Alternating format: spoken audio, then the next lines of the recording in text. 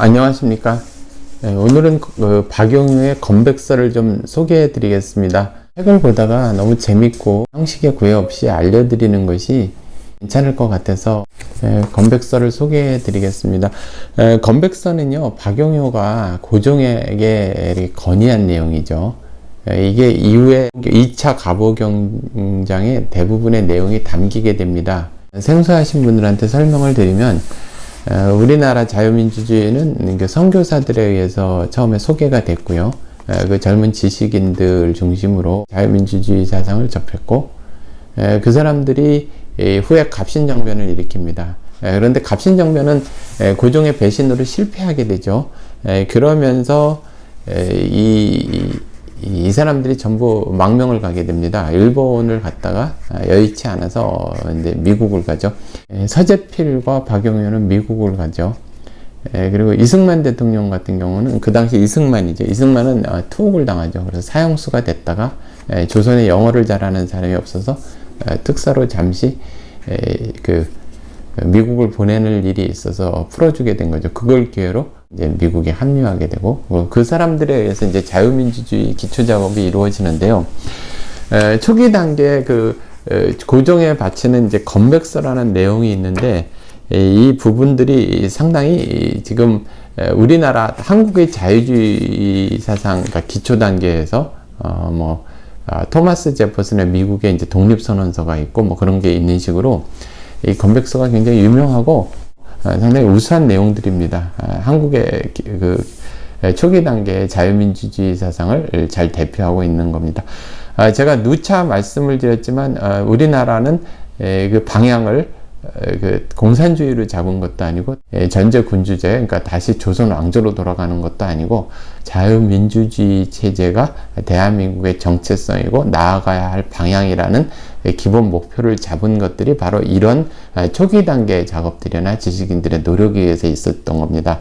첫 번째 1조에서는 세계의 형세에 대해서 설명을 하는데요. 국제 정세를 정확히 파악을 하고 있어야 한다. 이것을 강조합니다. 지금 현재도 미중 경쟁 관계죠. 패권 경쟁이 치열하게 이루어지고 중국의 대한민국 속방화 전략, 그리고 통일전선 전술, 그리고 동북공정, 이런 거에 대해서 전혀 지금 우리 여야 정치인들이나 지도급에 있는 그 사람들이 파악을 잘 못하고 있죠. 특히 정치인들이. 당시에도 그랬습니다. 고종이라든지 민비, 대원군, 세도 정치와 그리고 외세를 끌어들여서 탄압하기 바빴죠. 지금과 거의 유사합니다. 그랬을 때 이제 박용유가 일본에 있다 미국에 잠깐 갔다 다시 여러 가지 견문을 넓히고 이제 건의를 하게 되는데요. 제가 잠깐 읽어드리겠습니다. 지금 세계의 모든 나라는 옛날 전국시대의 열국과 같습니다. 한결같이 병세를 으뜸으로 삼아 강한 나라는 약한 나라를 병합하고 큰 나라는 작은 나라를 삼키고 있습니다. 또한 항상 군비를 강구하는 한편 아울러 문화와 기회를 지능하여 서로 경쟁하고 책찍질하며 앞을 다투지 않음이 없습니다. 각국이 자국의 뜻을 공고히 하여 세계의 위력을 흔들어 보고자 하고 있으며 다른 나라의 빈틈을 이용하여 그 나라를 빼앗으려 하고 있습니다. 이 당시가 상당히 야만의 시대고 그리고 제국주의 시대였죠. 이러한 부분들을 아주 냉철하게 알려줍니다. 상당히 방대한 분량으로 국제 정세를 정확하게 설명을 해주고 있습니다. 내용이 방대해서 좀 생략을 하고 2조를 보면은요, 법치를 강조하고 있습니다. 2조에는 제목이 법률을 부흥시켜 나라를 안정시키십시오. 이런 내용입니다. 읽어보면은 그것을 시행함에 있어 법률을 말하는 거죠. 편파적이지 않고 치우침이 없게 하여 단지 옳고 그름만을 판별하여 다스려서 죄가 있으면 비록 신분이 높은 자라 할지라도 반드시 멸하고 아끼는 자라 할지라도 반드시 형을 집행하여야 하며 죄가 없으면 비록 천한 자라 할지라도 억눌러서는 안 되고 미워하는 자라도 박절히 대해서는 안 됩니다. 어린이, 어른, 가난하고 천한 자, 부유하고 귀한 자 모두 그 몸과 목숨은 하나인 것입니다. 법치를 강조하는 거죠. 첫 번째는 이제 국제정세였고 1조에는, 2조에는 우리나라 자유민주주의는 법에 근거해서 이루어져야 된다. 이제 후에 후반부로 점점 이제 자유민주주의나 인권을 강조하게 되는데, 왕한테 바치는 거니까 일단 국제정세, 그 다음 법률, 이렇게 나가고 있습니다. 상당히 지금도 자유민주주의와 인민민주주의를 구분하는 것이 법치냐, 그 다음에 공화제냐, 제도와 법을 통해서 하느냐, 이것이 자유민주주의의 기본은 반드시 개인의 기본권, 개인의 자유, 이런 평등, 이런 것도 중요하지만 법과 제도, 공화제를 바탕으로 이루어져야 한다는 것이 상당히 중요하죠. 3조에는 경제에 대해서 강조를 하고 있습니다. 경제로 나라와 백성을 윤택하게 하십시오. 시장 경제에 대해서 상당히 상세하게 설명을 하고 있죠. 조선시대는 산업공상이라 해서 정말 주자성리학을 바탕으로 신분을 정하고 공업과 상업 이런 것을 상당히 멸시했죠. 반면에 박용효가 설명을 하는 것은 나라에 있어서 제한은 사람에 있어서 몸속의 진액과 같습니다. 사람이 혈과 기를 보호하고 길러 그것들이 전신을 흘러 통하고 막혀 흐르지 않는 일이 없으면 건강하고 굳세게 되며, 나라가 생산물을 증산하여 운반과 수송을 원활하게 하면 부유하고 윤택하게 됩니다. 좀 중간 생략을 하고요. 농업, 공업, 어업, 수렵업, 목축 등을 진흥시켜 산과들, 강과 바다 이 일을 취하고 금은의 화폐를 만들어 상품의 유통과 매매를 원활하게 하며, 상사와 은행을 설립하여 저축 무역을 수월하게 하고, 도로와 교량을 정비하여 여행자와 말의 편의를 도모하고, 강과 바다, 하천과 도랑의 수로를 보수하여 배와 뗏목을 소통시켜야 합니다. 조선은 상당히 나라를 폐쇄적으로 운영을 했죠. 그리고 이동을 못하게 했죠. 왜냐하면 농민들로 묶어놓고 상업과 공업을 하지 못하게 해야 토지에 묶여있는 농민들, 노예와 같은 농민들이 착취의 대상으로만 생각했는데, 이게 자본주의 발달, 그리고 산업화, 그리고 도로, 이런 무역, 이런 것을 강조하게 됩니다. 이런 것을 고종이 얼마나 이해하고 있었는지 모르겠어요. 이제 사조를 좀 설명을 드리면은요, 백성을 보살펴 건강하고 번성하게 하십시오. 특히 국민 보건, 개인 위생의 중요성을 상당히 강조합니다. 선교사들이 조선 구한말에 와서 조선을 보면은 처음 느끼는 것이, 왜 이렇게 그 물에서, 사람들이 먹는 물에서 짠맛이 나나, 그리고 왜 공중 화장실이 없나, 왜 그리고 상수도 시설, 하수도 시설이 없는가, 이런 이야기를 많이 합니다. 그게 우물을 의존한 거고, 공중 화장실이 없었으니까 온통 도로에는 사람들의 배설물, 동물의 배설물들이 한양 도성에 질비했죠. 그리고 공중 화장실이 없었으니 얼마나 비위생적이었겠습니까? 그리고 그 청계천이나 이런 데서 빨래와 식수를 다 의존을 하고, 거기에 유민이 된 사람들이 와서 살고, 그 사람들이 거린이 돼 있고, 이런 거를 다 목격하게 된 겁니다. 특히 의료, 개인 위생, 청결, 우두 접종, 화재 예방, 수도 설치, 목욕할 장소, 이러한 것들 구체적으로 상세하게 기술하고 있습니다. 5조에는 군비를 갖춰 백성을 보호하고 나라를 지키십시오, 이렇게 나와 있습니다. 좀 읽어보면, 군사력이라는 것은 인간에 있어서 기력과 같은 것입니다. 사람에게 기력이 없으면 스스로 설 수 없으며 남의 모욕을 막을 수 없습니다. 나라가 군비를 갖추고 있지 못하면 안으로는 정치를 행할 수 없고, 밖으로는 이웃나라와 정당한 외교 관계를 맺을 수 없습니다.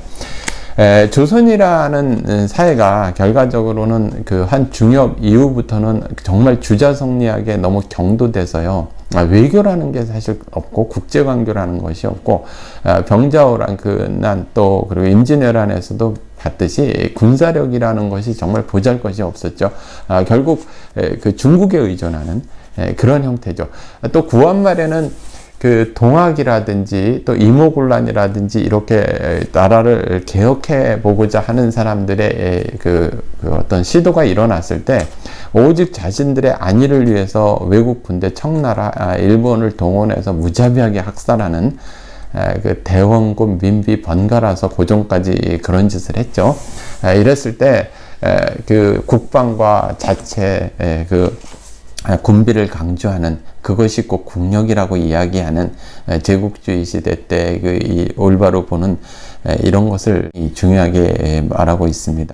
수항목에 상세하게 나와 있습니다. 군사학교 설립, 장교 양성, 군비 마련, 군대를 하나로 통일하는 것, 그 다음에 해군 양성, 무기창 건설, 이러한 것들을 상세하게 기술하고 있습니다. 6조는 교육을 강조합니다. 특히 학교 설립의 중요성을 강조하는데요. 좀 읽어보면 가르침이라는 것은 나침판과 같은 것입니다.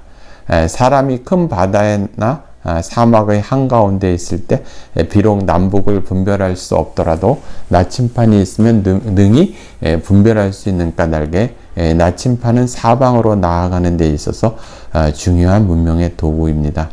그러니까 교육을 그 나침판과 같이 본 거죠. 저도 교육운동을 항상 강조하는 거는 나라를 비록 잃다 하더라도 올바로 교육을 갖고 올바른 정신을 가지고 있으면 나라를 되찾을 수 있습니다.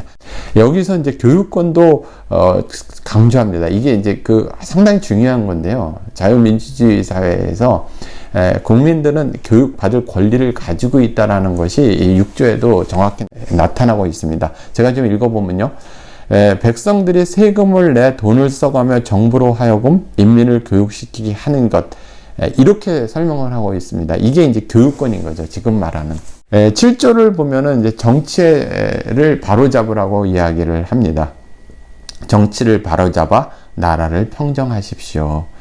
여기에서 이제 정부는 해야 할 일은 국민을 속박하는 것이 아니고 편안하게 다스리는 거고 법을 철저하게 지켜야 하는 거고, 이런 이야기를 강조하게 됩니다. 그리고 그 붕당 정치, 그러니까 조선이 그 힘이 약화가 되는 것은 상당히 그 붕당 정치가 심했죠. 또 세도 정치가 심했죠. 이런 폐해를 조목조목 이야기하면서 현대화된 정당 구조, 그리고 정치 제도의 중요성을 강조하게 됩니다. 그리고 왕이 혼자 독단으로 결정하지 않는 그런 인치가 아닌 법에 의한 지배를 강조하게 됩니다. 그리고 8조에는 마지막으로 자유민주주의 사상을 8조에다 갖다 놨더라고요. 아무래도 고종이 막 갑시정변 때도 배신을 했고 많은 사람들을 또 탄압을 했고, 또 뭐 김옥규는 몰래 자객을 보내서 막 이렇게 암살을 하려고 그랬고 나중에 끝내 이제 죽였죠. 이런 것을 잘 알고 있어서 그런지 자유주의 사상은 맨 뒤에다 인권 이런 것을 강조하게 됩니다. 마지막 8조에 좀 읽어보면, 하늘이 백성을 내려주셨으니 모든 백성은 다 동일하며 타고난 성품에 있어서는 변동시킬 수 없고 천하일반에 통하는 불변의 도리가 존재합니다. 미국 독립선언서와 같이 그 백성의 자유를 상당히 강조하게 되는데요. 정부가 그 통일을 보호하여 백성이 좋아하는 것을 좋아하고 백성이 싫어하는 것을 싫어할 것 같으면 권위를 얻을 수 있을 것입니다. 만약 이와 반대로 그 통일을 벗어나 백성이 좋아하는 것을 싫어하고 백성이 싫어하는 것을 좋아한다면 백성은 반드시 그 정부를 갈아치우고 새롭게 세움으로써 그 커다란 취지를 보존할 것입니다. 여기에 이제 자유민주주의 사상이 그대로 반영되고 있는 거죠. 자유민주주의, 인권, 주권, 재민 이런 것이 이제 8조에 잘 나타나고 있습니다. 좀 안타까운 것은 이런 박영효나 서재필, 이승만 이런 사람들이 그 당시에 권력을 가지고 있거나 고종이었으면 정말 다른 나라가 돼 있었을 겁니다. 근데 안타깝게도 우리의 역사는 근대에 있어서 자기 안위만 생각하고 비겁하고 무능하고 그리고 주술에 빠진 사람들, 민비와 같이 고종과 같이 그런 사람들에 의해서, 그리고 외세를 끌어들여서 오직 자기의 안위만 생각을 하는 대원군과 민비와 같은 사람들에 의해서 상당 기간 암흑기를 맞죠. 식민 지배를 당하고 그 이후에 분단이 되고 그 이후에 많은 고통을 당하고 이데올로기 이념 갈등에 6.25까지 겪죠. 지금 이런 일이 다시 반복되지 않기를 정말 간절한 마음에서 건백서를 잠시 소개해 드렸습니다. 네, 감사합니다.